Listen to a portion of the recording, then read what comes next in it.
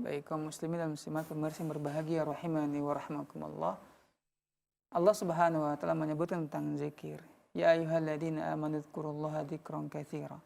Wahai orang-orang yang beriman, hendaklah kalian berzikir kepada Allah dengan zikir yang paling banyak. Ya sebanyak-banyaknya kita berzikir kepada Allah Subhanahu wa taala. Apa itu zikir?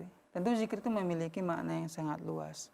Termasuk juga zikir ialah kita itu mengerjakan salat. Wa aqimis salata li dzikri, kata Allah. Hendaklah engkau mendirikan salat untuk zikir, ingat kepada Allah Subhanahu wa taala.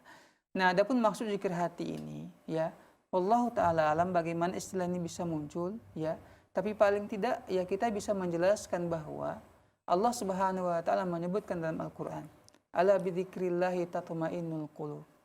Ketahuilah bahwa dengan cara berzikir kepada Allah, ingat kepada Allah, maka hati ini akan menjadi tenang. Zikir kepada Allah di antara cara kita menenangkan hati kita, membuat hati kita itu terpaut kepada Allah Subhanahu wa taala. Nah, di antara bentuk zikir kita mengucapkan kalimat la ilaha illallah. Nabi juga mengajarkan dalam sebuah hadis, ya man qala subhanallah wa bihamdi fil yaumi mi'ata marrah hutat lahu khatayah walau kan mithla zabadil bahri. Siapa saja yang dia mengucapkan subhanallah wa bihamdi sebanyak 100 kali dalam sehari, maka Allah Subhanahu wa taala akan mengampuni dosa dia meskipun sebanyak buih di lautan. Ini di antara bentuk zikir.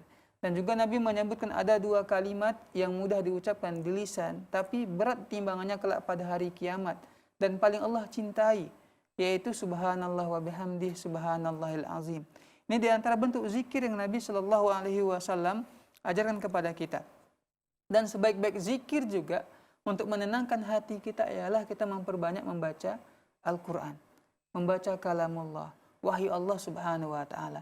Nah, inilah cara kita berzikir kepada Allah Subhanahu wa taala agar hati kita ini menjadi tenang dan makin dekat dengan Allah Subhanahu wa taala. Wallahu taala a'lam.